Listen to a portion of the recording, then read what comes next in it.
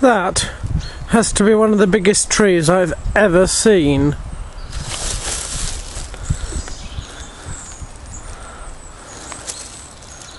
It's absolutely huge.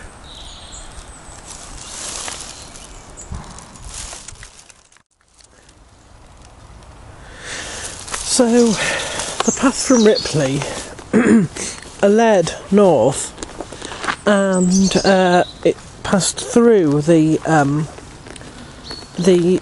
woods by the viaduct, the woods beyond the viaduct, and then it went through some fields, lots of farmyard smells, lots of these nice little wooden panels all the way along, new gates as well for all the farmers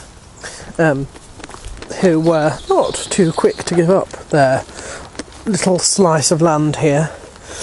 And then it changed and it turned to the west, and we went through a patch of woods which I'm going to call Gargantua woods.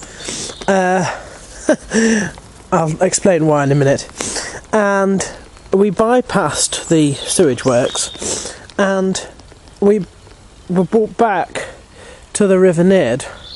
This is after it's left the roundabout woodlands, but before the gorge. That's where we are in chronology. And I'm calling it Gargantua because just look at that. That is the biggest tree I have ever seen. It's bigger than some of the oaks in Ripley Castle, in the grounds of Ripley Castle.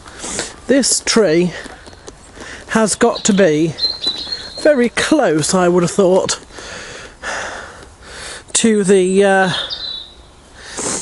6 to 900 year old. I like to call, I think it could be an oak, or it's going to be an oak or a beech, one or the other. But you tend to see when they get this age that their trunks split and they have proper boughs and they look like a conglomerate of trees. I call these fire trees because if you look up they look like flames, and they're usually perched on the side of rocks. They can also be like throne trees. They can have places that you can sit on their roots, exposed roots. This one not, but I imagine that this whole bank here is probably the roots of that thing. It is tremendous. It really is very, very big indeed. So I'm going to call it Gargantua, and these will be the Gargantua woods. It's absolutely, well, it's very big. And we're now continuing, and we're heading sort of in the right direction now, because we've changed from going to the north. We've crossed the gorge, and now we've changed direction to head back largely in the direction of where I live, but at a much further out position. So there we are, which is just along from the tree.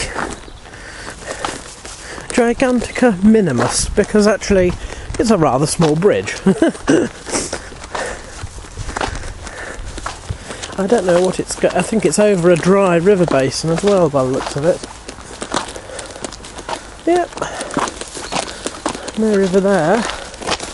There obviously was a tributary at one time running along there and into the Nidd, but nothing now.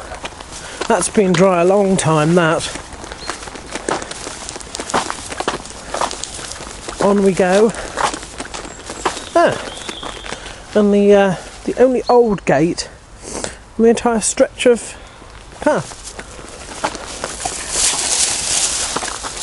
And it seems to be the Gargantua minimi bridges, because there's two here. And this second bridge,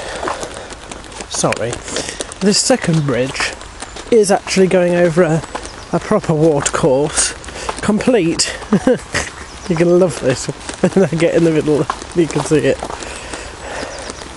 Complete with a miniature waterfall. Isn't that lovely?